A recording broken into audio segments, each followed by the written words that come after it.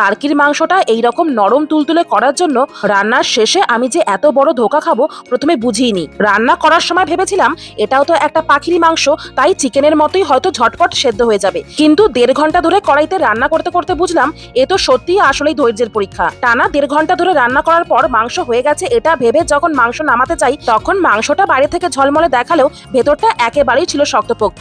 তখন অগত্যা প্রেসার কুকারই ভরসা, আর উপায় না দেখে 3টে সিটি দিয়ে এই মাংসটাকে করতে হলো নরম তুলতুলে। আর এই কষা কষা টার্কির মাংসের সঙ্গে খেয়েছিলাম এই রেডিমেড ফ্রোজেন ভাটুরাগুলো। এগুলো যেহেতু ফ্রোজেন ছিল সেই জন্য মাইক্রোওভেনে 1 মিনিট ঘুরিয়ে নিয়ে তারপরে কষা কষা এই টার্কির মাংসের সঙ্গে খেতে হয়েছিল। প্যাকেটবন্দি ফ্রোজেন অবস্থায় এই ভাটুরাগুলো শক্ত থাকলেও মাইক্রোওয়েভ করে নেওয়ার পর এগুলো কিন্তু একেবারেই নরম তুলতুলে হয়ে যায়। আর তার সাথে সেই নরম তুলতুলে টার্কির মাংস, এই দুটোরই কম্বিনেশন একেবারে জাস্ট জমে গেছে। এই টার্কি পাখি হলেও এর মাংস কিন্তু লালচে, যেন রেডমিটের ছোঁয়া। মুরগির সাদা মাংস থেকে এর স্বাদ যেন একেবারেই আলাদা।